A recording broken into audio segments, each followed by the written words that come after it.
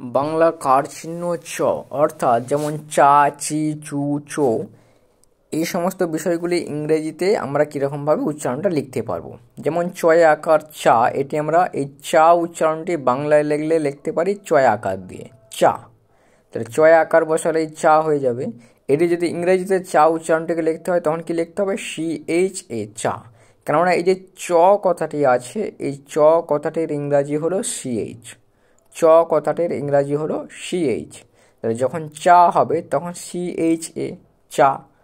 CHA, চা।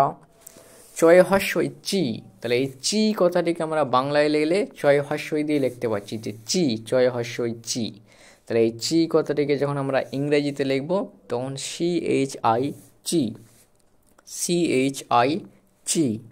আবার চয়ে দীর্ঘেই চি, চয়ে দীর্ঘেই চি, এর ইংরাজি হচ্ছে CHI, চি। চয়ে হস্যু চু, চয়ে হস্যু চু, এই চু কথাটি ইংরেজিতে লিখলে CHU, চু। অর্থাৎ ইংরেজিতে যদি CHU লেখা থাকে তাহলে সেটি হলো চু।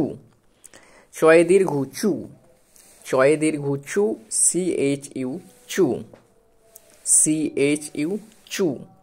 চয়েরি চ্রি, চয়েরি চ্রি, CHRI, চ্রি, CHRI, চ্রি। চয় একার চে, CHE, চে। চে কথাটি যদি আমরা বাংলায় লিখি তাহলে চয়ে একার দিয়ে লিখতে হবে। তাহলে কোথাও যদি চয়ে একার লেখা থাকে তাহলে সেটির উচ্চারণ চে। আর যদি এই উচ্চারণটাকে অর্থাৎ চে উচ্চারণটাকে ইংরেজিতে লিখতে হয় তখন কি লিখতে হবে? CHE, চে। চয়ে ঐকার চই, চয়ে ঐকার চই, CHOI, চই, CHOI, চই। চয়ে ওকার চো, CHO, চো, চয়ে ওকার চো, CHO, চো। চয়ে ঔকার চৌ, CHOU, চৌ। তাহলে চয়ে ঔকার যে উচ্চারণ সেটা হচ্ছে চৌ। আর এই চৌ কথাটি ইংরেজিতে লিখলে আমাদেরকে লিখতে হবে CHOU, চৌ। দেখো আমরা আর একবার দেখে নিই। চয় আকার চা, CHA, চা।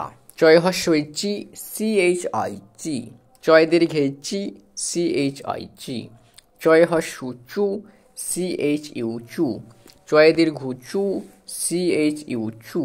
চয়েরি চ্রি, CHRI, চ্রি। চয় একার চে, CHE, চে। চয় ঐকার চই, CHOI, চই। চয় ওকার চো, CHO, চো। চয়ে ঔকার চৌ, CHOU, চৌ।